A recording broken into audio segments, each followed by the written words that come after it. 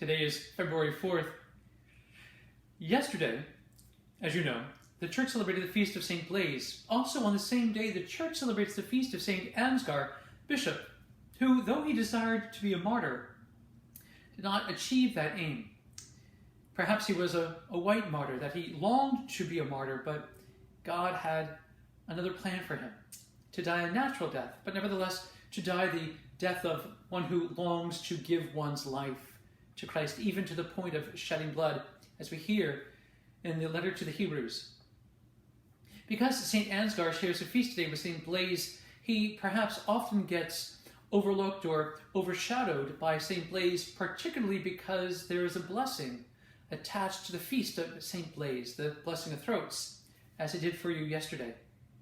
Nevertheless, I'd like to speak about St. Ansgar a little bit today, and perhaps because he might very well be unknown to many people. Certainly, he was unknown to me until I did a little bit of research on him. He was a man who had an apostolic heart, a great zeal for preaching the good news, to converting hearts and souls of their own free will to the love of Christ. Once he was ordained, he spent some time with the king in Sweden, brought him to conversion, and through that, Sweden asked for Christian missionaries to come into the country. After spending 3 or so years there without very much success, he returned to Germany, preached there, and then unfortunately, after 13 years, saw the church that he had built there completely destroyed by invading Norsemen. Sweden and Denmark, where he had done missionary work, had converted to paganism. And so, instead of wallowing in self-pity, he decided, well, the Lord's going to send me out again. I'm going to go back. If at first you don't succeed, try again. And so he went back, spoke to a new king, brought him to a conversion of heart, and brought him and many in the country to the Catholic faith.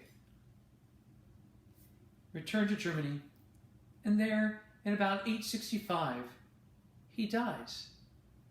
Sadly, though, not long after his death, Sweden and Denmark fall once again into paganism.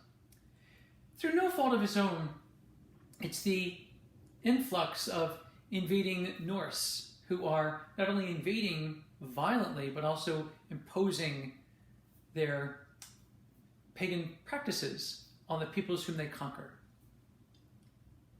Now, if we truly believe in, if at first you don't succeed, try again, if we truly believe in the intercession of the saints, then we have to understand that St. Ansgar's mission continued while he was in heaven, praying for the people in Scandinavia, the people who in many ways became his own, those in Denmark and in Sweden.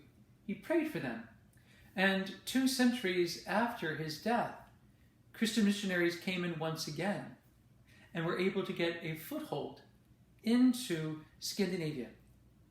Again, not because of force and not because of coercion, but because of convincing preaching, zealous love for the Lord, and imitation of the Lord in works of charity, dedication to the poor and to the sick. These were all tools of charity that St. Ansgar used in converting those in Scandinavia, such that he became known as the Apostle of the North. So, saints in the making, there will be many times in our spiritual life, in yours and in mine, where we will fail. And we will fail even perhaps miserably and utterly. But we do not give up. We continue. And we say, as all saints say, if at first you don't succeed, try again. Let us, you and me, allow the grace of the Holy Spirit to work in us and through us, that we might bring greater conversion to our own hearts through God's grace, and also by faithfully preaching the good news to others, bring them to a conversion of heart. Saints in the making, we don't have to succeed. St. Ansgar proves that. Mother Teresa herself said, God didn't ask me to succeed. He asked me to be faithful. You and I, my dear friends in Christ, we have to remain faithful, as St. Ansgar was, faithful. That we do our part, and then we allow God to do his. As St. Augustine says, God does not save us without us. He encourages and welcomes and even desires our cooperation with our own salvation. So, saints in the making, let us, you and me, go forth and preach that gospel by making space for grace.